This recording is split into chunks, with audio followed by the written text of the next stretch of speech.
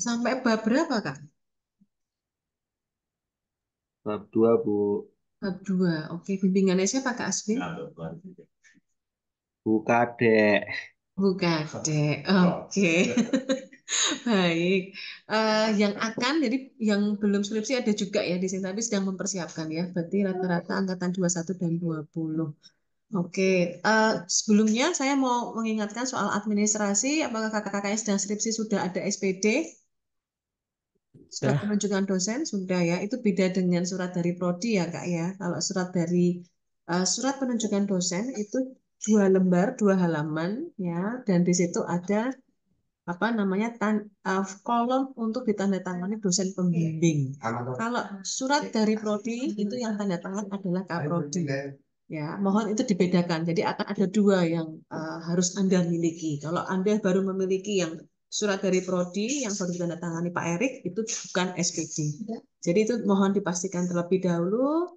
Kalau belum ada segera submit judul ke DAAK karena kalau nggak ada itu nggak bisa sidang. Baik, kita mungkin langsung aja Bu Devi. Cek Bu Devi, apakah Ya, sudah siap ya. menyampaikan gitu ya? Mungkin tidak usah terlalu lama ya Bu. Untuk Oke, ya, kita langsung ke ini aja. Baik, silakan monggo Bu Devi Mening Astari. baik. Terima kasih Bu Monika atas kesempatannya. Selamat pagi teman-teman semua. Pagi Bu. selamat pagi, Bu. Ibu. Alhamdulillah, Pagi Bu. semangat ya hari ini Pagi ya. Bu. Iya, semangat ya Semangat semangat. Semangat Bu. untuk kita semangat pejuang skripsi apa apa skripsi. Nah, mana yang mana nih gitu ya? Yang shit atau yang sweet ini kira-kira gitu ya. Terima kasih sebelumnya atas apa ya keberkenanan teman-teman mengikuti coaching klinik ini. Sebenarnya di sini saya tidak akan seperti lagi apa ya kuliah MPK gitu tidak ya teman-teman. Kita di sini persepsi aja bagi teman-teman yang mau atau sedang gitu ya melakukan persiapan skripsi atau mungkin sudah melakukan skripsi gitu ya. Kira-kira apa sih gitu yang tadi sudah disampaikan Bu Monika ada apa toh dengan penulisan bab 1 sampai bab 3 kayak gitu ya. Nah, untuk itu saya boleh izin share screen sebentar. Ini karena saya harus bawa pakai 2 device ya, teman-teman. Oke, sudah terlihat ya di sini ya. Sudah sudah. Ya, oke. Sini nggak ada materi kok, tenang aja. Kita hanya akan ngobrol aja. Nah, pertama teman-teman kita akan bicara tentang ini. Ada apa dengan bab 1 sampai bab 3 gitu. Untuk itu ya, saya mau teman-teman scan sebentar gini ya. Untuk apa? Saya mau persepsi eh, apa sih kesulitan teman-teman gitu ya. Ketika menyusun skripsi itu apa? Untuk itu silahkan ya. Kalau saya tanya satu-satu, misalkan Mas Aswin, Mas siapa-siapa gitu, mesti sulit untuk ngomong apa ya istilahnya mengungkapkan secara kata-kata mungkin agak susah gitu ya. Nah untuk itu silahkan saya berikan barcode untuk kamu scan ya. Silahkan isi di situ cepet banget kok itu. Cuma satu pertanyaan aja. Lalu alasannya apa gitu aja. Saya mau lihat coba. Silahkan. Mungkin 1 sampai 3 menit cukup ya. Silahkan.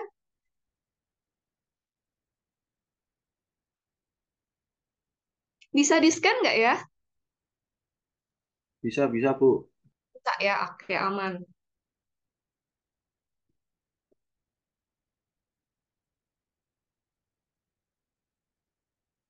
Sudah scan semua? Sambil ini saya stop share sebentar, saya mau lihat G-form-nya apa sudah ada yang masuk atau belum jawaban dari kalian gitu ya. Mari kita lihat. Oh, belum ada yang masuk jawabannya. Oke.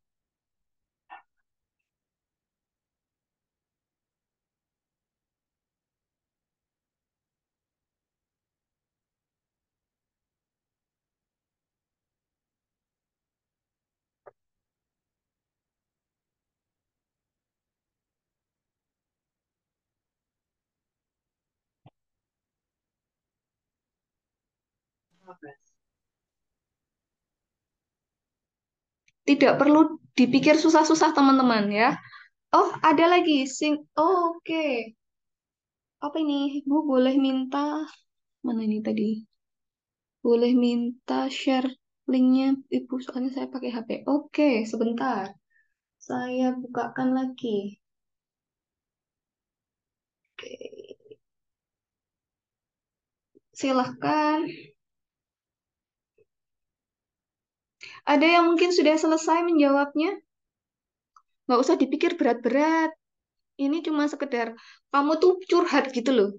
Bu Devi pengen lihat kamu tuh sebenarnya merasa kesulitan itu di bagian mana antara tadi ada apa dengan bab 1 sampai bab 3 teman-teman itu merasa istilahnya apa ya, mumet gitu ya, kalau saya bilang mumet gitu, yang mana gitu kan. Wah, ini terima kasih Bu Monica sudah dibantu ya. Ada yang sudah selesai? Coba ya saya cek lagi ya.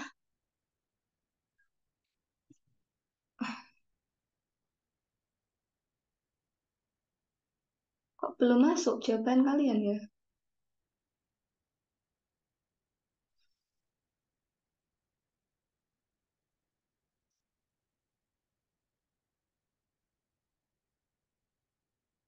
Oke, mungkin sambil kalian ngisi ada yang mau sedikit curhat gitu atas pertanyaan yang ada di Gform itu dari bab 1 sampai bab 3.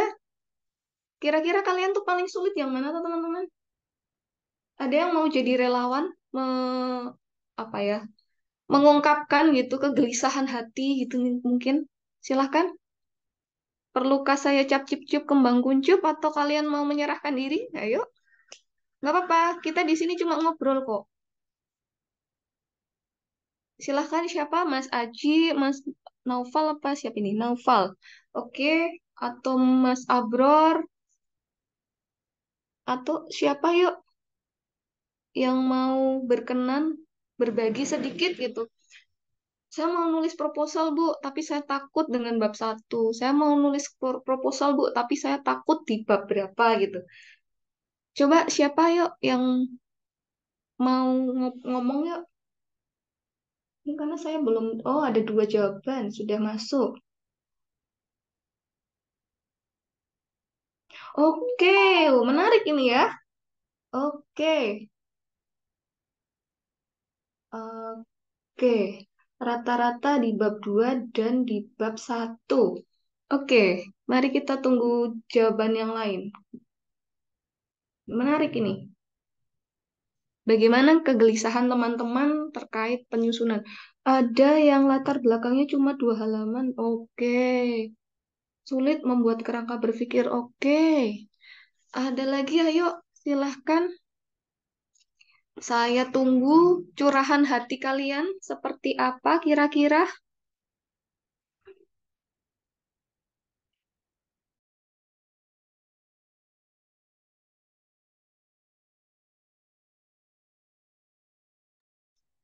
Sudah 4 orang. Oh, 2. Bab 3. Oke. Menarik ini.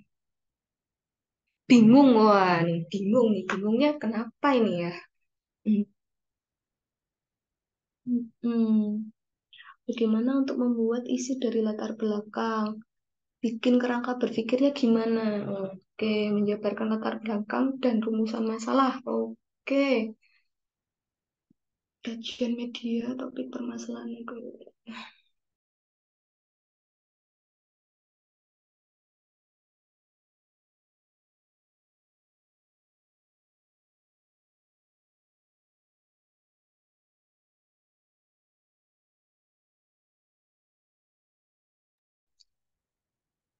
Yo, ini ada 20 berapa orang ini? 20-an orang mungkin ya yang masuk, baru 7 orang. Mungkin saya tunggu 2 menit lagi ya, biar kita tidak apa istilahnya membuang waktu karena ini termasuknya eh, banyak nih yang masuk gitu ya. Tetap yang lain ngisi boleh nggak Bu? Boleh silahkan gitu. Syukur-syukur nanti bisa dibahas semua gitu ya atas respon atau jawaban dari teman-teman sekalian gitu. Namun di sini bisa saya simpulkan ya, sebentar saya akan melihat di sini. Sebentar.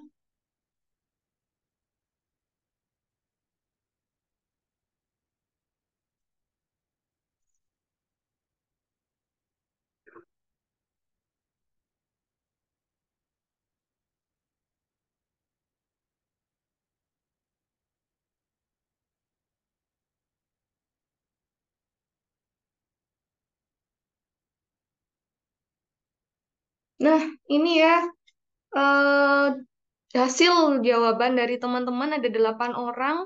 Ternyata antara bab 1 dan bab 3 ya, seperti yang bisa kalian lihat di sini. Ini rata-rata kalian kesulitan. Oh, nih ada lagi. Oh, bab 1. Ya. Pemenangnya di bab 1 nih, 9 respon gitu ya. Di sini ada 4 orang kesulitan di bab 1, ada 3 orang kesulitan di bab 2, kemudian ada 2 orang yang kesulitan di bab 3 gitu ya. Lalu di sini ada alasannya. Latar belakangnya cuma 2 halaman, sulit membuat kerangka berpikir. Di antara latar belakang bingung untuk menyampaikan isi dari permasalahan, bingung. Sebenarnya kendala dalam proses menentukan judulnya, Bu. Oke, menentukan teori yang digunakan karena saya masih sulit memahami bagian yang ditulis, bingung dengan referensi. Oke, sebenarnya sekarang lebih ke bingung dan gimana sih cara menentukan. Oke. Bagaimana menjabarkan latar belakang? Wah, ini menarik ya. Ternyata eh, sangat variatif gitu ya permasalahan teman-teman gitu. Tadi yang ada apa dengan skripsi tadi, ternyata sebenarnya mungkin sweet gitu karena teman-teman tidak tahu ini ya. Ternyata ada kegelisahan hati. Di sini banyak sekali teman-teman yang merasa mungkin masih bingung menjabarkan. Baru progres bab 1. Hehe, oke. Nah, ada lagi yang jawab di sini. Banyak sekali ya di sini variatif jawabannya dan memang ya kadang-kadang yang terjadi kalau menurut saya gitu teman-teman itu punya topik-topik yang luar biasa, tema-tema yang luar biasa, hanya saja kesulitan eksekusi. Begitu nggak teman-teman kira-kira? Betul sekali, Bu. Betul, Bu. Mm-mm. Jadinya bingung ya, saking banyaknya ide yang di kepala gitu ya. Terus ini mau tak bawa kemana gitu ya. Kalau misalkan kamu dapat Google Map gitu ya, saya tuh mau yang belok kanan dulu atau ikut belok kiri atau muter dulu atau malah langsung lurus gitu ya. Rasanya begitu ya. Iya, Bu, betul, Bu. Iya. Oke, sekarang saya mau pertama dulu deh ini. Ada yang mengatakan tadi Ibu sulit untuk menentukan judulnya, Bu, gitu. Ini kira-kira judulnya itu kalau kalian gini, kalian itu ketika menulis skripsi gitu, yang kalian pikirkan pertama apanya, teman-teman? Kalau Bu Devi boleh tahu, judulnya apa topiknya? Topiknya, Bu. Topiknya, oke. Jangan mikir judul dulu, kecuali nanti kamu itu mau nulisnya kuantitatif. Kuantitatif pun juga topiknya dulu apa, ya. EG-nya itu apa kira-kira? Yang mau dibahas itu apa? Dari tema besar, kamu jadikan topik, di sanalah kamu akan menentukan sebuah judul. Itu kalau kuantitatif. Kalau kualitatif gimana, Bu? Wah, kualitatif itu malah lebih enak lagi, teman-teman, kalau saya bilang. Karena judul itu bisa mengikuti ketika tadi topiknya teman-teman itu sudah difokuskan ya di bab 1 nih ya, terutama yang mengatakan gimana sih Bu cara menyusunnya, menuliskan apa namanya masalahnya itu gimana gitu ya. Masalahnya tuh ada apa aja sih? Apa sih yang harus tak tulis Bu gitu tadi ya. Lah itu pertama teman-teman harus punya topik dulu. Topiknya apa ya? Dipastikan yang kemarin kalau sudah ada yang istilahnya menemukan apa ya bab 1 gitu ya. Oh Bu, kok saya stuck nih Bu, nggak apa istilahnya nggak progres gitu ya. Saking bingungnya tadi konsepnya saya banyak gitu ya. Nah, ketika kita melihat di sini ya proses bagaimana sih menulis gitu ya. Di sini kan ada nih yang tadi sulit menulis tadi mana ya? Keseluruhan lebih bingung. Nih, menjabarkan latar belakang dan rumusan masalah itu gimana? Oke, sekarang kita ke sini dulu. Kalau di template-nya di prodi kita gitu ya, saya mengikuti template-nya prodi kita gitu. Sebentar. Oke, sini ya teman-teman.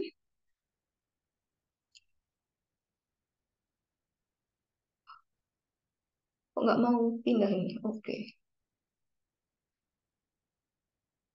Di sini, kita ketika bicara bab 1 itu ada latar belakang masalah, rumusan masalah, tujuan penelitian, manfaat, ada dua ya, teoritis praktis dan sistematika penulisan. Ada beberapa yang mungkin ditambahkan batasan masalah, boleh nggak Bu di bab 1? Silahkan aja gitu ya, karena batas masalah itu adalah mempersempit gitu ya, topik apa yang kamu mau teliti itu, biar subjek objeknya itu nggak melebar kemana-mana. Ibaratnya kalau kamu mau makan nasi Padang, ya lauknya itu mau sambal, sambal yang hijau itu, mau apa namanya, sayur eh, apa namanya ya itu yang daun daun singkong misalkan sama ikan gitu ya sudah yang dimasukkan itu aja gitu, itulah gunanya batasan masalah. Apa sih yang mau jadi fokus yang ada dalam piringmu itu loh, ketika kamu membuat suatu rumusan masalah ya, itu kita gimana sih Bu, pertama kamu perhatikan LBM-nya dulu, latar belakang masalah. Teman-teman sendiri tahu toh masalahnya apa, topik itu mesti kamu punya masalahnya. Ya, menjadi subjek objekmu itu udah jelas, mesti kamu punya masalah. Apa sih yang menjadi titik poinnya, teman-teman tadi yang kesulitan di, Bu, gimana sih menjabarkan apa namanya masalah di dalam latar belakang. Yang pertama itu, teman-teman harus tahu dulu sebenarnya itu masalah penelitian itu apa. Ya, kalau kita bicara masalah penelitian ya, kita flashback sedikit di MPKK mungkin gitu ya. Itu kan paling sederhana adalah intinya itu yang mau kamu coba pecahkan itu kan apa, kayak gitu loh ya. Jadi nggak usah melebar kemana-mana, fokus aja sama apa yang mau kamu intikan, yang mau dipecahkan gitu ya, atau mau mau kamu periksa gitu loh. Ibaratnya kalau kamu ini dicek, oh ini salah nih, mau diapakan ini, nah itu fokus aja ke situ, masalah tuh ke sana ya. Jadi apa ya kalau saya bilang secara keseluruhan gitu ya, masalah itu ya yang kamu amati gitu. Kalau saya bilang biasanya mungkin ada beberapa istilah di beberapa kampus atau mungkin di beberapa konsep beberapa dosen lainnya mungkin ya, di masalah ini tuh nanti teman-teman harus menyajikan dua hal. Pertama secara empiris dan kedua saya menyebutnya adalah secara ilmiah. Empiris tuh yang gimana Bu masalahnya? Empiris tuh yang terlihat sesuai dengan definisi empiris gitu ya, yang terlihat, yang teramati, yang bisa ada data-datanya itu bisa kamu temukan di lapangan itu seperti apa. Misalkan contohnya gitu ya. Nih, misalkan, ini contoh sedikit aja. Kamu mau neliti nih, kan kalau neliti itu ada yang mungkin proposalnya kuantitatif, mungkin ada yang apa namanya? Kualitatif ya, dua ya. Di sini ada contoh pertama adalah kita bicara kuantitatif nih. Kamu mau mengujikan hipotesis tertentu gitu ya. Terkait apa? Kalau kamu itu punya asumsi gitu ya teman-teman, kalau sekarang itu masih banyak ya di antara teman-teman mahasiswa itu yang mengalami gitu ya, mengalami kesulitan oh ini saya salah nulis nih, skripsi gitu ya, skripsi dari diri mereka gitu. Permasalahan utamanya adalah di sini yang digarisbawahi teman-teman. Sebentar, ini ya skrip.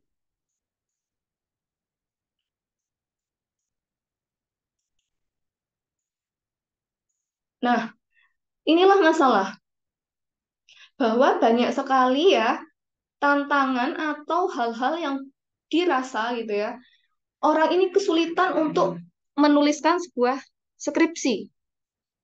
Terus kamu melihat, oh gimana ya kalau orang itu sulit untuk menulis skripsi, akibatnya apa? Ya mungkin ya ini banyak yang putus dari perguruan tinggi, mungkin bisa di DO, mungkin bisa kehabisan apa masa studi dan lain sebagainya. Ini menjadi sebuah masalah tadi kan. Itu konsekuensi yang akan ada. Jadi kamu tuh pengen pengen ngapain? Ya saya pengen melakukan solusi ya dengan cara apa? Dilakukan bertujuan untuk apa? Ini secara garis besar. Tapi bagaimana Bu nanti kita bisa istilahnya apa? Untuk bisa menyajikan itu dengan jelas gitu ya. Masalahnya itu timbulnya di mana? Misalkan tadi berkaitan judul. Judul itu boleh nggak sih objek subjeknya ditampilkan secara eksplisit di depan gitu ya, atau mungkin eksplisit gitu ya, tidak terlihat gitu. Yang penting tuh ketika kamu di latar belakang masalah, kamu itu bisa menjabarkan teman-teman. Jabarkanlah subjek objek itu dengan baik. Misalkan di sini mahasiswa generasi pertama sulit untuk melakukan skripsi. Mahasiswa mana? Misalkan mahasiswa Amikom. Apa yang kamu amati secara empiris yang ada data-data di Amikom? Bu, kalau nggak ada data secara laporan tertulis, data-data statistik, data-data di media sosial ataupun di media massa, boleh nggak, Bu, berdasarkan observasi pengamatan awal? Boleh. Pra penelitian boleh kamu jadikan istilahnya latar belakang. Maksudnya gimana? Misalkan kamu itu merasa bermasalah dengan pengamatanmu. Oh, ternyata misalkan ya nauzubillah gitu ya. Kok banyak nih teman-teman yang tidak lulus-lulus, tidak apa, gagal dalam mengerjakan skripsi nih di Amikom misalkan ya. Ini contoh ya teman-teman, nauzubillah jangan sampai. Nah, ini bagaimana? Oh, teramati tuh dari angkatan 2017 itu segini orang. Yang kemarin itu di sini ada naik lagi nih, malah naik lagi. Selalu naik seperti itu. Nah, akibatnya tadi muncul seperti ini loh. Nah, itulah kamu jabarkan. Masalah yang kamu amati tadi itu apa? Kamu utarakan. Atau misalkan dalam perguruan tinggi swasta di Yogyakarta, misalkan gitu ya, mahasiswa yang kesulitan skripsi itu mahasiswa jurusan ilmu komunikasi di PTS Yogyakarta itu lebih luas lagi ya ini ya gitu. Bagaimana cara mencari data empirisnya? Cari di searching misalkan ada nggak laporan dari dinas pendidikan terkait, ada nggak tadi laporan-laporan dari media massa dan lain sebagainya yang menyoroti terkait permasalahan banyaknya mahasiswa ilmu komunikasi di Yogyakarta di PTS itu yang kesulitan mengalami penulisan skripsi gitu. Nah, itu caranya kamu nyusunnya begitu. Apakah sampai di sini ada yang sudah jelas? Bisa tangkap nggak? Halo? Halo? Bisa, Jelas, Bu. jelas. Bisa. Jelas nggak kira-kira? Ada gambaran nggak tadi yang misalkan kebingungan untuk ini loh, saya tuh bingung mau nulis masalahnya yang kayak gimana gitu. Tadi udah ada gambaran caranya. Tadi selain Mas Handika ada yang lain? Yang lain gimana? Ataukah diam ini tambah, Bu, aku tambah pusing, Bu. Aduh, kepalaku pening gitu. Gimana nih? Ayo. Karena kita harus tahu nih ke teman-teman benar-benar apa yang tadi dituliskan, dirasakan itu tuh bisa mendapatkan solusi gitu. Kalau saya berharapnya teman-teman mendapatkan solusi di atas hal ini gitu. Gimana teman-teman? Ada gambaran nggak nih? Ada gambaran nggak kira-kira? Misalkan ini seperti ini. Nih, misalkan contoh kedua nih, ada ya, saya menuliskan di sini nih. Masyarakat pedesaan disebut aja K gitu ya. Kekurangan apa? Air bersih gitu ya. Jadi masalahnya apa? Tingginya angka penyakit yang ditularkan ya melalui air tadi. Misalkan seperti itu ya. Di sini ini kan secara apa istilah deskriptifmu. Bu, bagaimana agar ini menjadi lebih baik?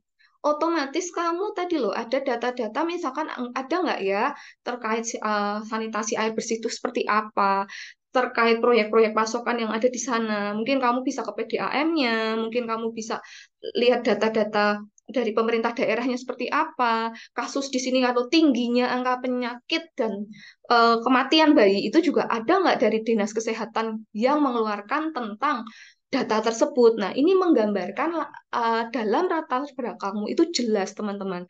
Jadi orang tuh kalau misalkan kamu itu ketika menulis skripsi ya, kita bicara academic writing berarti kamu itu sedang konversasi dengan orang lain. Conversation maksudnya gimana? Berbicara atau ngobrol dengan orang lain. Sehingga ketika kamu menyajikan data itu dengan lengkap, orang lain yang tidak tahu masalah penelitianmu itu ketika baca skripsimu itu paham. Itulah tugasnya di bab satu, gitu ya. Jadi apa ini nanti tulisan seperti ini sudah cukup, Bu? Belum cukup kalau saya kata Bu Devi. Tambahkan dengan tadi data apa secara empiris yang teramati. Kalau ini teramati mungkin secara mata ya, oh banyak ya ternyata di sana kasusnya kematian, oh ternyata banyak penyakit, penyakitnya apa, dijabarkan, dideskripsikan gitu ya.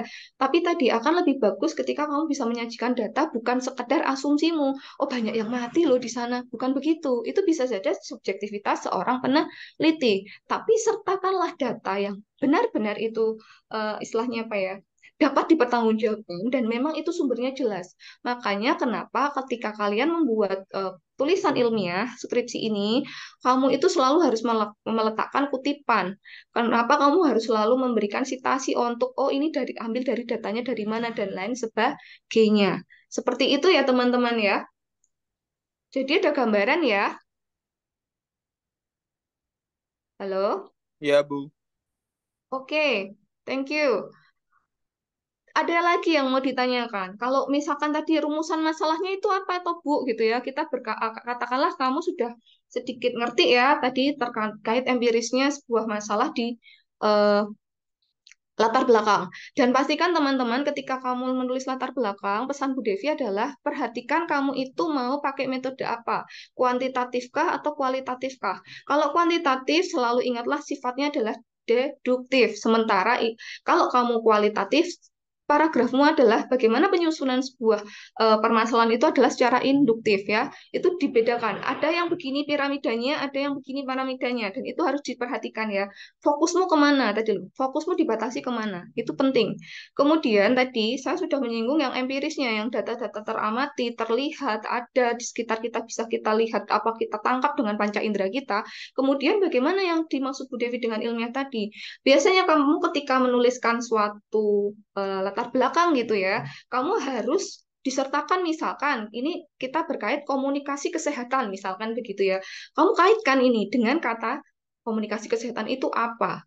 Komunikasi kesehatan adalah bla bla bla bla bla bla. Jadi tidak hanya sekedar kamu menceritakan apa yang terjadi di masyarakat GK ini gitu ya, tapi kamu topikmu tadi apa di atas? Kamu adalah berbicara tentang komunikasi kesehatan untuk apa?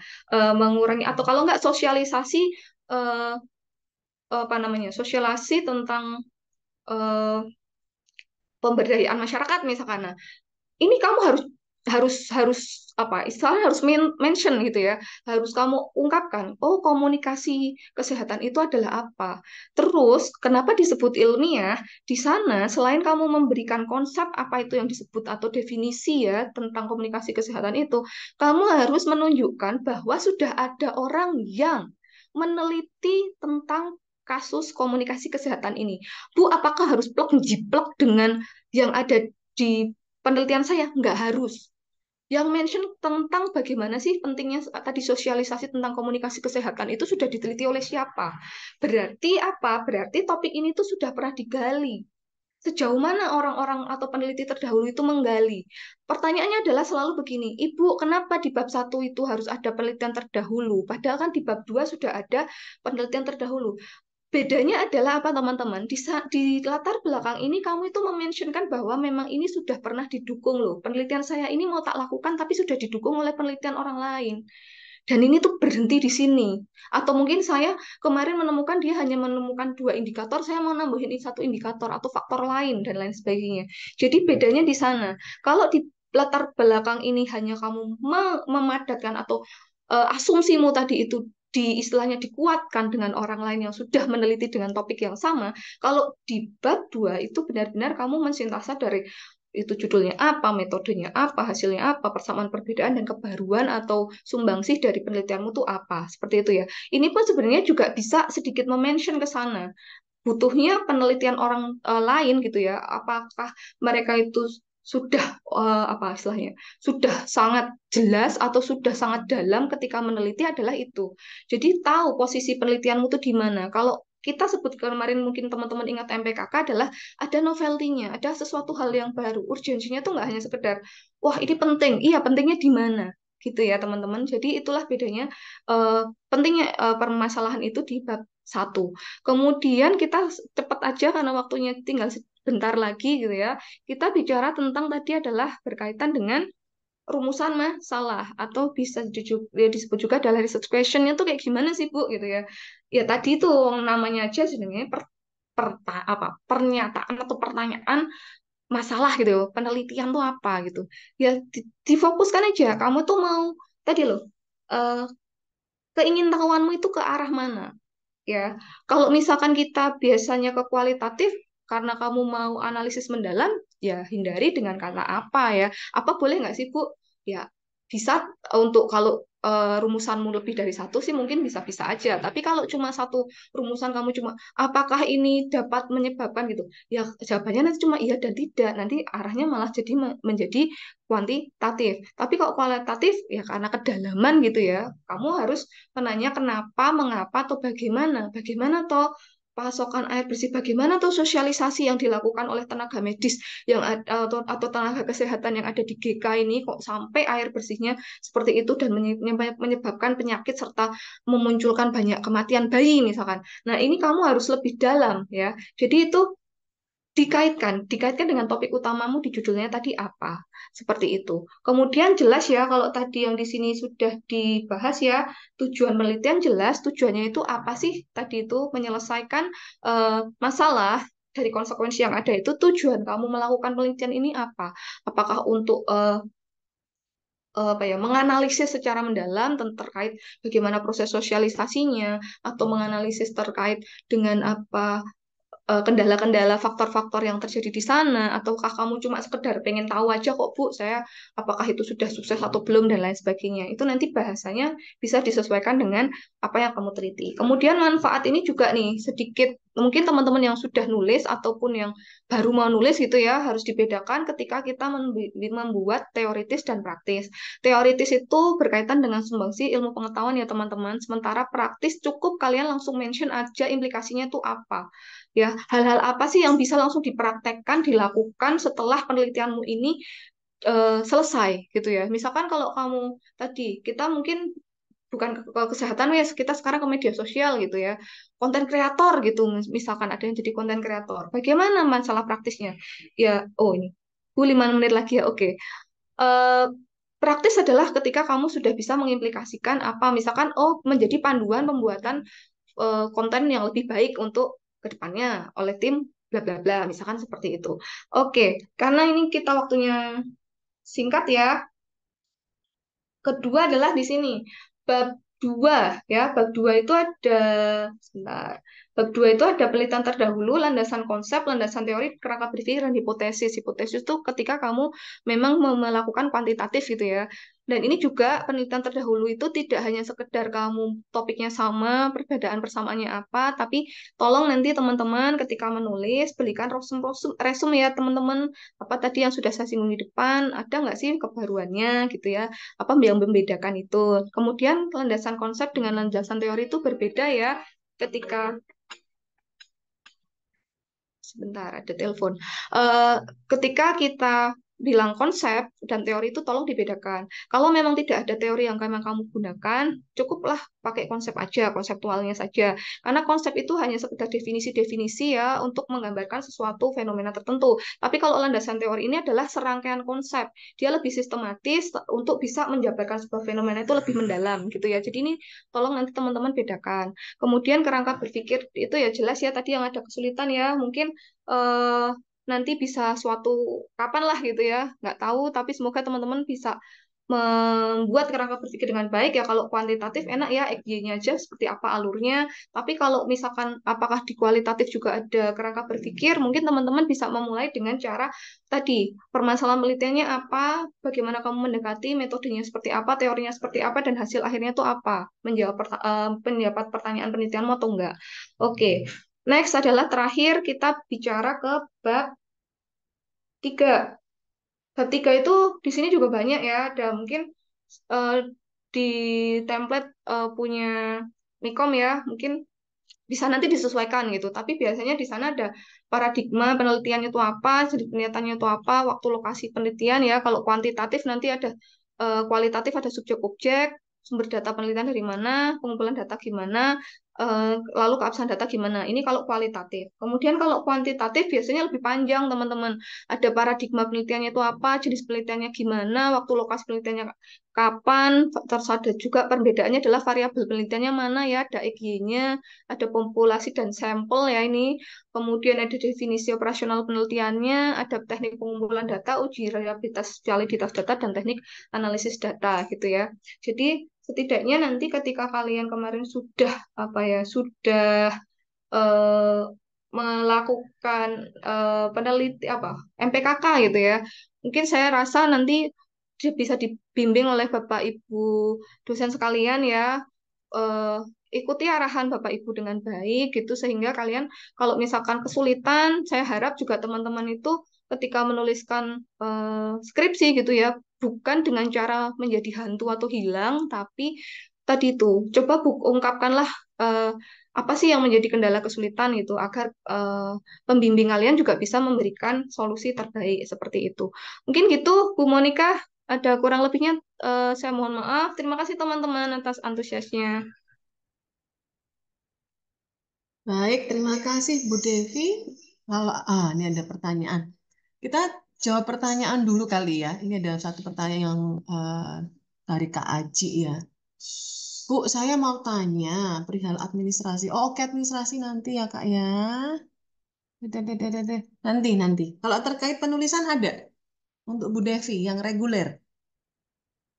Adakah Kayaknya administrasi aman, Bu. tadi? Ya, administrasi sepertinya.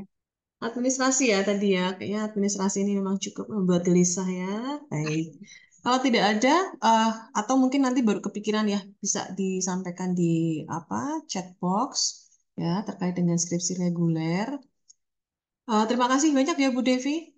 Nanti eh, Amin, tetap Bu stay kalau Monik. ada pertanyaan-pertanyaan dari teman-teman. Baik, kita lanjut ke skripsi non reguler untuk format karya.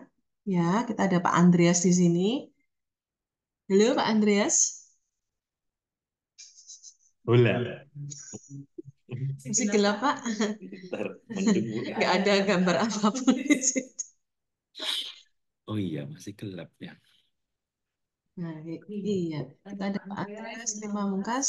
Selamat siang, Bapak. Gimana Selamat sehat-sehat? siang, Bu Moni Oke, dan ini teman-teman sekalian. kita di skripsi pada siang hari ini. Kita ingin ngerti gimana sih proses skripsi untuk apa yang non reguler karena seperti apa bab satu dan bab tiganya. Oh, itu kita yang reguler. Kalau yang non karya ini itu jam 11 nanti 15 menit aja ya Pak ya. Malah ragu ya, Bu. Ngomong Halo, cek. Tadi suaranya Pak. nggak putus suaranya. Sudah. Oke, eh, terima kasih Bu Monik dan teman-teman P3M ya. Untuk pertama-tama, eh, bolehkah ini berarti udah dapat pembimbing skripsi atau belum sih atau baru mau ya sebenarnya ya? Atau boleh resen yang kemudian maksudnya kemungkinan tertarik dengan non reguler, adakah boleh resen dong teman-teman? Nggak ada ya?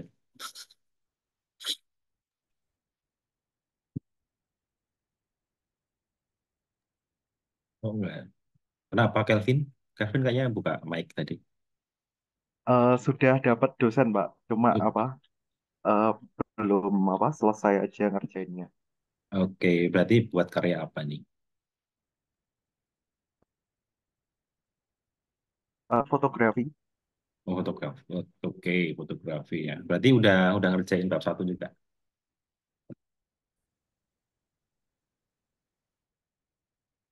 sudah, Pak. Oke. Cuma Eh, cuma hah? belum yakin aja juga. Belum yakin apa? Itu udah proper apa belum gitu, Pak. Oke. Nah, ini mungkin saya share screen ya nanti karena beberapa sebenarnya sudah tadi disampaikan oleh Bu Devi ya karena beberapa hal ada yang sama dalam teknis penulisan tapi beberapa memang secara sorry kok ini malah penilaian.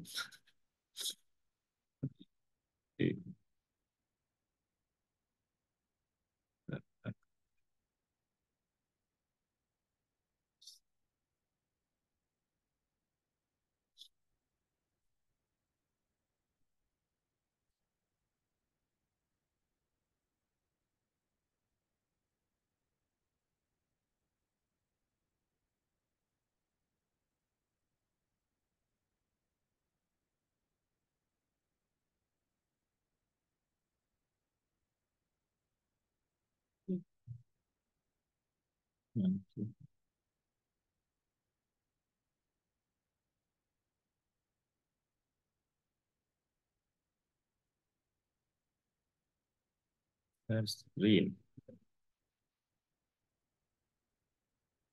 Nah, beberapa hal yang mungkin hampir harapannya nanti teman-teman sekalian yang paling penting adalah juga ini ya, apa namanya, template ya, karena biasanya untuk mengerjakan ini teman-teman tuh mengandalkan tanya kakak tingkat atau kalau enggak justru tidak mengecek template. Jadi karena apa? Karena sangat penting ya template. Bisa jadi template yang Anda lihat atau yang Anda dapat dari cutting kakak tingkat itu sudah diperbarui sama prodi. Nah, itu teman-teman harus make sure lagi untuk lihat template-nya. Dan semuanya itu sudah tersedia sebenarnya di web Prodi. Jadi teman-teman silakan cek lagi karena beberapa memang kemarin terjadi juga di bimbingan saya itu ketika dicek ternyata template-nya bukan template yang baru sehingga waktu sidang itu beberapa ditanyakan oleh penguji. Nah, teman-teman sekalian, ketika Anda pertama-tama untuk mencari gagasan ide ya, ini saya tulis seperti ini. Kenapa? Karena yang saya selalu ingatkan kepada teman-teman yang ambil non-reguler itu adalah bahwa teman-teman itu tidak sedang mengerjakan laporan K3. Indikasinya apa? Ketika teman-teman masih mirip mengerjakan laporan K3 adalah beberapa contoh yang bisa saya sharekan ya. Ini skripsi beneran, skripsi non-reguler beneran. Jadi singkat ceritanya adalah mahasiswa saya ini, bimbingan saya di K3, kemudian lanjut skripsi. Nah, contohnya seperti ini. Misalnya di non-reguler, teman-teman ada yang berperan sebagai videographer, entah fotografer, atau kemudian editor, atau kemudian misalnya produser ya. Nah, itu teman-teman bisa melihat misalnya judulnya di K3 misalnya ya peran videografer di divisi media baru Tribun Jogja. Nah, itu kalau K3 itu sudah selesai. Nah, biasanya teman-teman itu tak ajak untuk berlatih mengerjakan skripsi ketika mengambil judulnya adalah peran videografer, itu kemudian di pembahasan K3-nya itu udah mencuplik teori yang nanti harapannya itu mahasiswa atau anak bimbing saya atau teman-teman sekalian nanti paham bahwa ini toh yang membedakan bahwa ketika K3 ada pembahasannya dengan teori yang lebih spesifik dari teknik sinematografi, itu nanti bisa jadi modal deskripsinya teman-teman. Karena rata-rata beberapa yang terjadi itu judul yang diambil di non-reguler itu judul yang sangat mirip dengan K3. Nah, ini pendalaman yang rata-rata oleh teman-teman mahasiswa kurang dilakukan. Jadi mentok-mentok nanti kalau di laporan K3 nih ya, misalnya di fotografi itu biasanya teorinya EVA. Lalu kemudian kalau di videografi nanti teorinya sinematografi. Nah, ini yang perlu jadi catatan teman-teman bahwa ketika mau mengambil skripsi non-reguler, berarti teman-teman juga harus mencari dan belajar mengenai kajian atau grand teorinya sebenarnya yang digunakan untuk membuat laporan. Nah, seperti contoh yang ada di slide ini kan videografer itu mempelajari banyak hal, ya. Lalu kemudian saya ajak untuk melihat beberapa kajian yang apa sih Kak yang menarik di videografi atau di sinematografi. Ternyata ada hal yang lain, misalnya adalah storytelling visual. Itu sepele, tapi ketika kita mengambil gambar, itu beberapa yang terjadi itu teman-teman kurang pelajari kajian soal storytelling visual. Gitu. Jadi ini yang perlu dicari dan nanti akan memudahkan teman-teman dalam membuat laporan. Karena seperti yang Anda lihat nanti di template, di skema skripsi di eh, ilmu komunikasi Amikom, itu kan ada yang berkelompok, individu. Nah, yang berkelompok itu kan ada misalnya teman-teman buat produksi film, lalu di situ ada 3 job desk, dan biasanya teman-teman kemudian bingung, produser saya bikin apa, videographer saya bikin apa, editor bikin apa. Nah, ini contoh yang harapannya nanti teman-teman langsung bisa notice bahwa, oh iya, jangan lagi kita ngomongin video peran gitu ya, tapi lebih spesifik untuk ngomongin soal kajian yang akan dipakai dalam non-reguler. Contoh yang lain misalnya ini juga terjadi di anak bimbing saya, dia judulnya adalah di K3-nya peran audio editor. Ya, kemudian deskripsinya itu mahasiswa ini kakak tingkat Anda mungkin ya atau setara mungkin karena di sini ada angkatan 20 itu kemudian tidak sebatas ngomongin audio editor atau perannya. Nah, biasanya tak ajak menggali nih apakah di K3-mu yang bisa kemudian di tempat K3-mu itu jadi mitra gitu ya. Nah, kemudian mahasiswa ini bisa ini mencari mitra atau di mitra K3-nya. Oh iya Pak, di K3 saya, di tempat magang saya itu masih membutuhkan ini loh gitu. Nah, itu kemudian dikembangkan deskripsi. Nah, tapi kalau misalnya di mitra mentok ya kemudian cari sendiri. Nah, ini yang dilakukan ini sebenarnya basic-nya juga sound designer si mahasiswa ini gitu ya. Kemudian judul skripsinya teman-teman bisa lihat di situ lebih penciptaan single iklan, satukan dedikasi dalam membangun organizational image. Terlihat ya di situ bahwa ada dua hal yang perlu Anda teman-teman highlight di situ, penciptaan jingle iklan. Dan kemudian apa kaitannya? Ternyata tidak sekedar ciptaan jingle iklan doang, tapi ada kaitannya dengan membangun organizational image. Nah, dari redaksional ini sebenarnya kita akan mudah mengidentifikasi kalau teman-teman kesulitan nanti melihat kajian apa, teori apa yang saya gunakan ya. Nah, di sini kalau melihat judul ini, sebenarnya sudah bisa kita pastikan bahwa nanti di dalam skripsinya non-reguler pasti ada kaitannya soal jingle iklan. Lalu ada kaitannya dengan bagaimana membangun organizational image. Jadi sudah ada dua kajian itu. Nanti tinggal ditambah teori-teori konsep lainnya untuk mendukung skripsi Anda. Nah, katakanlah penciptaan jingle iklan. Nah, di situ kan nanti akan butuh kajian yang lain untuk melengkapi dari kajian yang Anda pakai. Kalau tadi ada yang tanya di skripsi reguler itu sulit untuk membuat latar belakang, ya dari judul ini pun juga itu mempresentasikan dari latar belakang. Jadi misalnya contoh ya, di sini, oke. Nah, ini saya selalu simpen nih kalau skripsinya teman-teman mahasiswa itu yang keren tak tulisi di folder saya skripsi cakep gitu ya. Jadi bisa jadi referensi juga. Nah, ini seperti yang saya contohkan tadi. Storytelling visual dalam produksi video profile. Ya. Kampung Bebas Narkoba, Kelurahan Brontokusuman dan Srikandi Dagara Kusuma. Nah, Bu Devi tadi bilang kalau kuanti cenderung deduktif, kalau kuali cenderung induktif. Nah, teman-teman mahasiswa yang bimbingan saya juga saya arahkan kalau teman-teman mengambil untuk non reguler bahaslah dari induktif pun tidak masalah karena memang apa kebiasaan untuk non reguler ini dan cara penulisannya adalah kalau teman-teman lihat di sini judulnya ini ya, Anda notice ya bahwa di sini Kampung Bebas Storytelling Visual dalam produksi video profile Kampung Bebas Narkoba. Nah, dari judul ini kalau kita telusuri di bawah, di latar belakang, nanti susunannya itu akan runtut. Mahasiswa ini akan, anak tingkat ini akan ngomong dari pertama adalah soal narkobanya.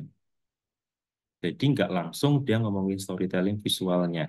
Jadi dari judul itu praktis akan terrepresentasi dalam latar belakang. Jadi misalnya nih tadi storytelling keywordnya ya, keywordnya ada storytelling visual dan narkoba. Nah kemudian yang disusun di awal itu justru ngomongin narkobanya dulu.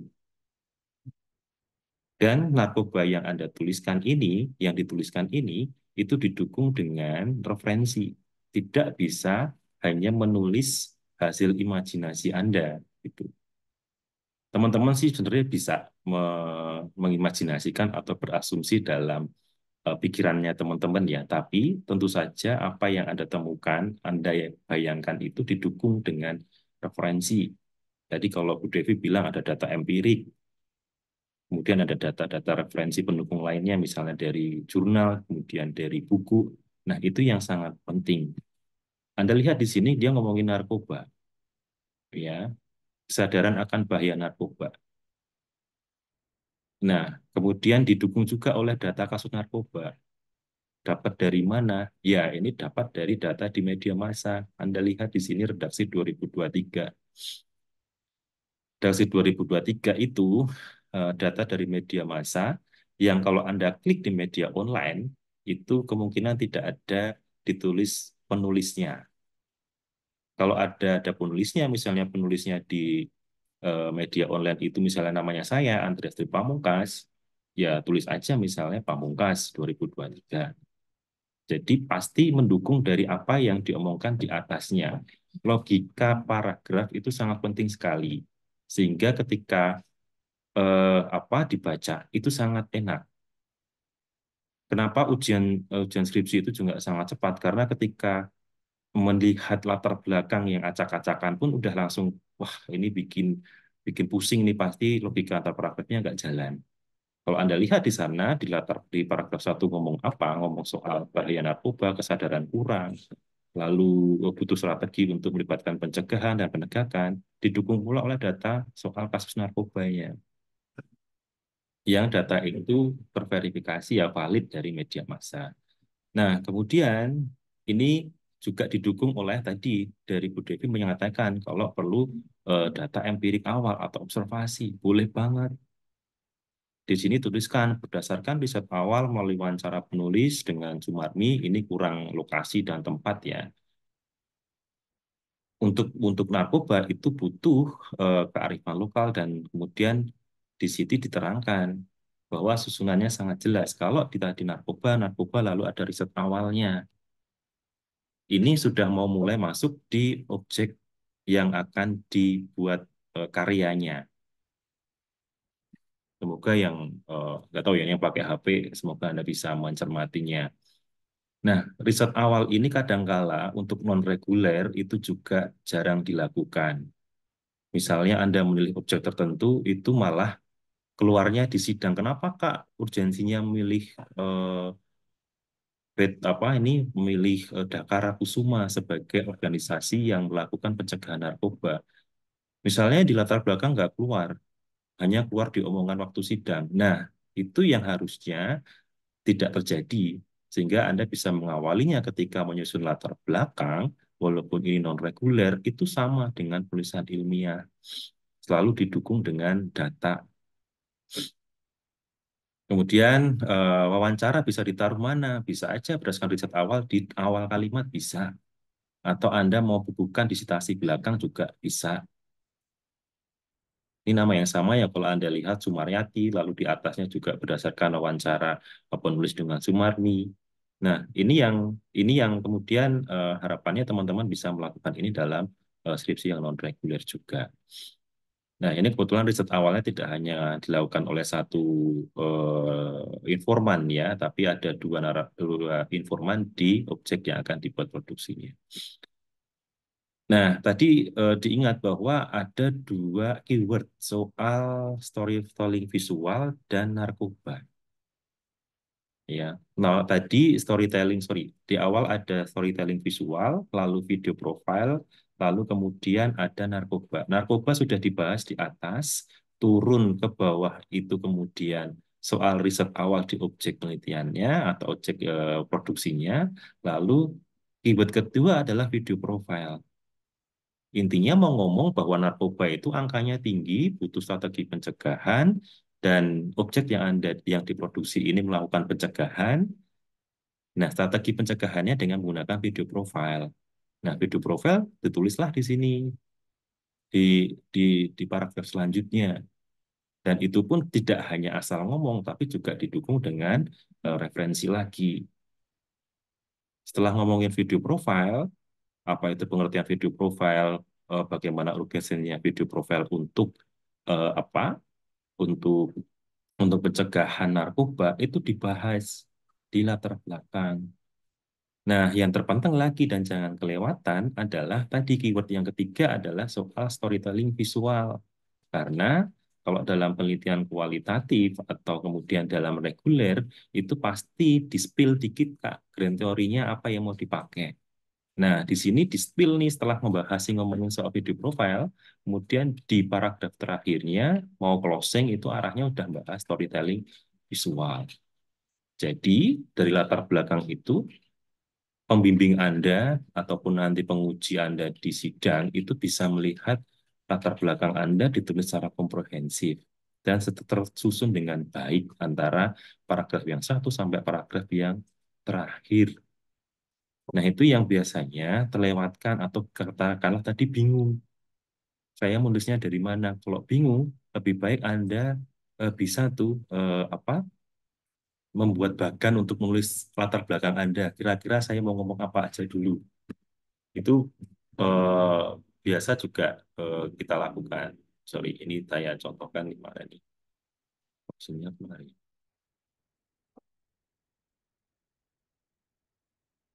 Oh,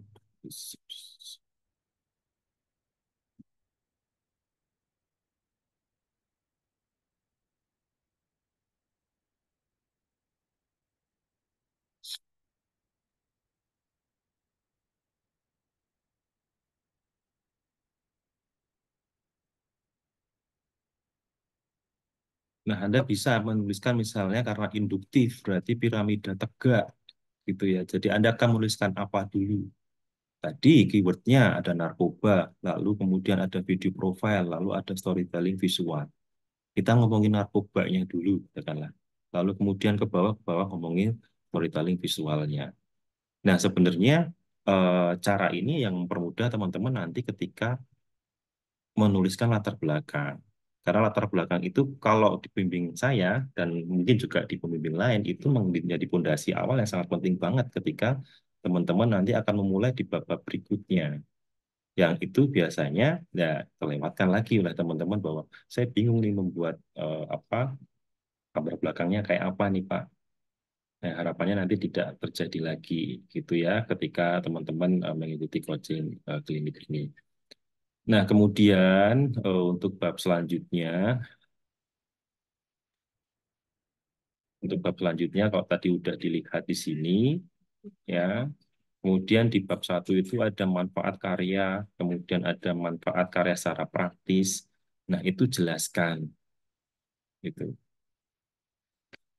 Nah, kalau teman-teman mendapatkan template yang sebelumnya, itu di sini ada rumusan masalah. Nah, itu jangan ditiru karena template-nya sudah baru. Karena beberapa tadi yang saya sampaikan, teman-teman nggak ngecek lagi template-nya. Asal dapat dari cutting, lihat referensi mereka, maunya diamati tiru, modifikasi gitu ya, tapi ternyata salah. Nah, ini dijelaskan karya ini dapat dijadikan apa sebagai video profilnya. Lalu berikutnya, di tinjauan pustaka, Anda harus menyampaikan referensi sebelumnya. Kalau di reguler kan penelitian terdahulu, tapi kalau di sini Anda harus menuliskan video apa yang Anda jadikan referensi. Dan ingat, yang harus Anda lakukan adalah mencari referensi yang terbaik dan sesuaikan dengan job desk Anda. Misalnya job desk Anda ataupun yang ingin Anda klaim Anda sebagai videographer, ya kelebihan dan kelemahan atau keunikan dari referensi karya Anda yang Anda pakai sebagai referensi itu yang ditulis. Itu di referensi sini gitu ya. Minimal ada 2 sampai 3 karya referensi itu sangat baik ya untuk mendukung karya Anda nanti. Nah, ini yang kemudian selanjutnya di sini ada keyword yang saya sampaikan tadi. Oh, berarti landasan teorinya ada video profile. Lalu ada lagi contoh di sini selanjutnya adalah soal storytelling visual. Video profile itu unsur-unsurnya apa, elemen-elemennya apa. Nah, itu kajiannya. Lalu untuk mendukung grand teorinya pasti butuh teori konsepnya. Konsepnya adalah sinematografi. Itu nggak apa-apa dipakai. Tapi yang jelas kan Anda tidak memakai sinematografi secara umum untuk menggali skripsi Anda. Karena itu selalu selalu pakai sinematografi dan itu kan dasar banget ya. Nah, di sini lalu masuk storytelling visual.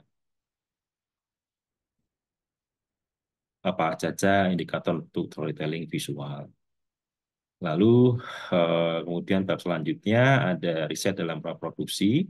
Ya, Anda tulis tuh hasil risetnya selama melakukan survei itu apa aja.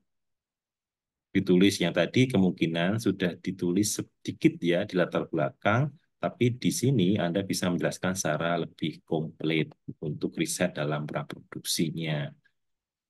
Lalu kemudian Anda bisa kemudian di deskripsi karya. Di deskripsi karya itu Anda terangkan aja di sini bahwa Anda nanti akan membuatnya dalam format apa, kemudian durasinya berapa, dan itu sampaikan reasonnya kenapa ya, karena kayak iklan itu punya alasan juga, punya reason juga kenapa 1 menit, kenapa 1,5 menit itu. Kemudian isi pesan karya Anda sampaikan di subbab berikutnya. Nah, biasanya yang kadang ngasal itu di target audience. Kadang-kadang nggak pada ngeh bahwa video ini dibuat juga berdasarkan segmen. Kayak kemarin yang habis sidang ya, itu audiensnya disampaikan dari kelas skripsinya soal membuat iklan coklat. Ya, iklan coklat gitu. Audiensnya itu ditulis anak SD sampai remaja. Tapi ternyata dari hasil karyanya terlihat bahwa itu udah expand, udah dewasa sampai yang lebih dewasa lagi. Nah, itu nggak dijelaskan di sini. Sehingga ketika sidang ya harus dipertanggungjawabkan kenapa tidak match antara usia audiensnya dengan hasil karyanya. Nah, kemudian publikasi konten. Publikasi konten, ya Anda pastikan bahwa Anda akan mempublikasikannya di mana. Mitra Anda akan mempublikasikannya di mana. Ada beberapa teman-teman yang mempublikasikannya dengan screening. Nah, itu sangat menarik ya kalau teman-teman bisa melakukannya. Nah, di sini Anda yang harus memastikan juga karena sesuai dengan skemanya kan boleh di platform YouTube, platform media sosial dan sebagainya, atau Anda mempresentasikan dalam pameran. Itu juga dimungkinkan dalam aplikasi konten. Nah, itu yang harusnya ada di bab 1 dan 3. Nah, tenang aja sebenarnya di PR-nya yang harus teman-teman perhatikan memang itu di awal itu adalah di latar belakang. Latar belakang ini jangan disepelekan menurut saya karena itu mentang-mentang baru awal ya. Latar belakang cuma ditulis sekenaannya gitu. Padahal itu basic banget loh, Kak. Jadi latar belakang itu menjadi fondasi banget ketika Anda nanti melanjutkan sebab-sebab berikutnya. Karena apa sih yang bisa tertulis di latar belakang, bisa terpresentasikan di judul, kemudian kajian-kajian yang akan Anda pakai di bab pembahasan teori itu sangat relate itu. Kira-kira itu sih Bu, waktunya sangat terbatas ya, udah mau Iya. 11:30. Nanti sambil dituliskan pertanyaan jawab aja. Baik, terima kasih hingga bab 3 di skripsi non reguler. Kita buka pertanyaan. Ada yang ingin bertanya terkait penulisan, Kak? Silahkan. Atau malah tambah bingung? Nggak apa-apa, boleh bingung artinya malah berproses ya. Di sini saya menemukan beberapa nama yang kayaknya nggak asing. Berarti belum selesai nih ya. Oh, Kak Tiara Andini, ini saya kemarin ngajar kajian film ya. Kak Amelia Nanda, ini angkatan berapa Kak? Kayaknya kok nggak asing saya. Anda belum lulus Kak? Kayaknya senior ya nih ya. Ya, belum Ibu. Oh, kenapa gitu kok belum kelar skripsinya? Itu banyak dramanya. Gimana? Karena kemarin di kerja, terus sekarang tuh ada kesulitannya di ketika penulisannya sih, Bu. Lebih ke strukturnya. Anda bimbingan siapa? Bu Saidah, Bu Zahra. Bu Zahro. Oh, baik. Padahal Bu Zahro Iya. itu sepengetahuan saya enak, Kak. Maksudnya kalau mau Iya. cepet ya cepet, ya kan? Sepengetahuan saya ya. Oh, Bu Zahro tadi join, sekarang udah live. Diselesaikan ya, Kak ya. Jangan sampai dikirimi surat cinta dari kampus ya, Kak. Untuk menyelesaikan Iya. skripsi ini, Anda berarti masuk tahun ke berapa? 5, 6? 86. Oh, apalagi tahun ke-6.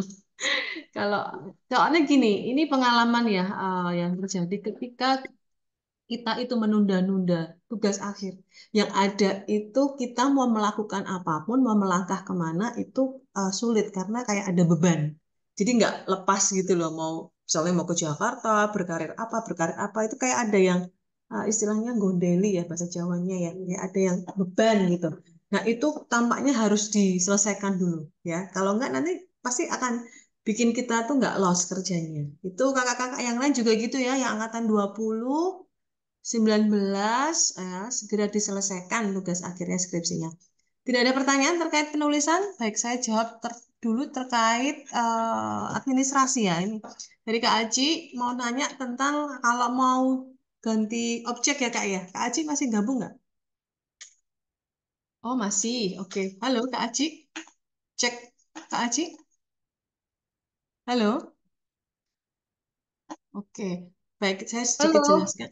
Iya, Kak Aji ada. Oh Mbak Bu Devi. Kak Aji, halo. Apakah masih mengikuti?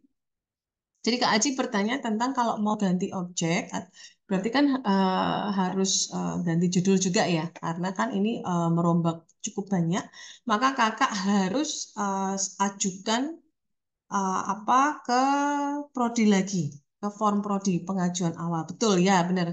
Saya sudah mengisi di form pengajuan awal, tapi sampai hari ini belum ada balasan. Sejak hari apa Kak? Tuh, kalau baru kemarin ya mungkin belum dicek ya, tapi kita akan cek nanti semoga nomor berapa sih nomor mahasiswanya Kak Aji? Ini malah menghilang soalnya Kak Ajinya. Sejak tanggal 19, Kakak boleh dikirim nomor NIM-nya. Kakak reguler atau non reguler? 20 96 19 63 reguler atau non reguler Kak? Reguler baik. Pak Wiwit mohon dipantau. Oke, kita cek dulu ya. Boleh tahu nama dosen pembimbingnya siapa kalau sudah dapat surat dari prodi sebelumnya?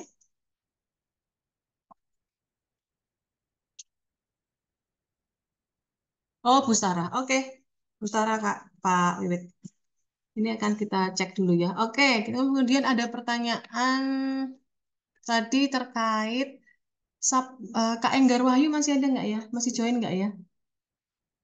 Kak Enggar Wahyu? Sudah tidak. Pertanyaannya adalah batas submit ke DAK. Itu biasanya ada info pengumuman dari DAK itu submit harus mengirimkan maksimal tanggal berapa? Biasanya tanggal 15. Tapi saran saya secepatnya Kak, ketika Anda dapat surat dari prodi, oh sekarang sudah tidak dibatasi, ingat saya. Ketika Anda sudah dapat surat dari prodi, maka Anda harus secepatnya proses ke DAK gitu. Karena seringkali ketika kita nanti aja sudah nggak apa mengerjakan skripsi, ternyata ketika mau sidang suratnya belum ada SPD-nya. Nah, itu bisa nanti mundur lagi sidang skripsinya. Bisa-bisa bayar untuk semester berikutnya. Jadi tolong itu yang hal-hal yang sepertinya itu sepele ya terkait administrasi malah jangan dianggap sepele. Begitu. Baik. Oke, ada pertanyaan lagi? Boleh terkait administrasi, boleh terkait penulisan.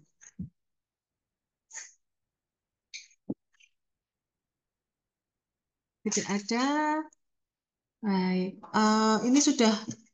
Apakah kita bisa ngambil foto sejenak untuk dokumentasi kegiatan kita pada pagi hari ini, siang hari ini? Silakan on cam sebentar saja. On cam sebentar saja untuk ambil foto ya. Terima kasih. Oh, ada yang masih di kosan, santai-santai, nggak apa-apa. Kita kira memang acaranya pengennya memang santai aja, karena yang penting tuh kakak terbantu gitu ya. Kira-kira sebenarnya skripsi itu problemnya di mana sih Anda ini, sehingga kita Bapak Ibu dosen di sini juga bisa membantu gitu ya kesulitan-kesulitan Anda. Silahkan on cam sebentar, 1 menit, karena ini sudah jam untuk Jumatan ya. Silahkan Kak Tiara, kita ambil foto sebentar aja untuk laporan dokumentasi ke Prodi. Oh, kameranya saya spek Majapahit, baik. Ini sudah spek Mars ya, bukan era Majapahit lagi. Yang lain? Kakak-kakak yang lain? Halo, Bu Ervina ada? Bu Ervina, on Bu. Oke, kita ambil foto sekarang aja ya. Baik, 1, 2, 3. Oke, sebentar. Ini harus dipindah dulu. Sekali lagi ya Kak ya. 1, 2, 3. Nah, oke, kalau tidak ada pertanyaan kita sambung, kita ketemu lagi hari Senin ya Kakak, jam 10 ya, sampai setengah 12. Temanya apa? Bab 4 dan bab 5 ya, terutama untuk reguler ini juga cukup krusial. Sebenarnya nulis bab 4 sama bab 5 itu seperti apa? Walaupun sepertinya bab 5 cuma kesimpulan, tapi cara nulis kesimpulan itu ada caranya tersendiri. Hari Senin, pematerinya untuk reguler adalah Bu Zahro, untuk non-reguler adalah Pak Alfian. Begitu ya, kita ketemu hari Senin jam 10. Oh iya Kak, satu lagi, teman-temannya diajakin ya Kak? Kayaknya ini infonya kurang masif tersebar ini. Mohon Iya. teman-temannya diajakin, jadi supaya Baik, yang Bu. bingung-bingung itu, yang bingung-bingung itu bisa join besok Senin. Oke, terima kasih. Saya ucapkan terima kasih juga yang sebesar-besarnya pada Bu Devi Wanik Astari dan juga Pak Andreas Tripamuka selaku pemateri pada Coaching Click pagi siang hari ini, juga kepada teman-teman mahasiswa ya sudah mengikuti, juga yang bertanya tadi terima kasih. Saya akhiri Coaching Click pada pagi hari ini. Kita ketemu lagi hari Senin. Wassalamualaikum warahmatullahi wabarakatuh. Waalaikumsalam warahmatullahi Terima kasih Waalaikumsalam Bu wabarakatuh. Monika. warahmatullahi Terima wabarakatuh. kasih. Terima kasih. Terima kasih, Bu. Terima kasih.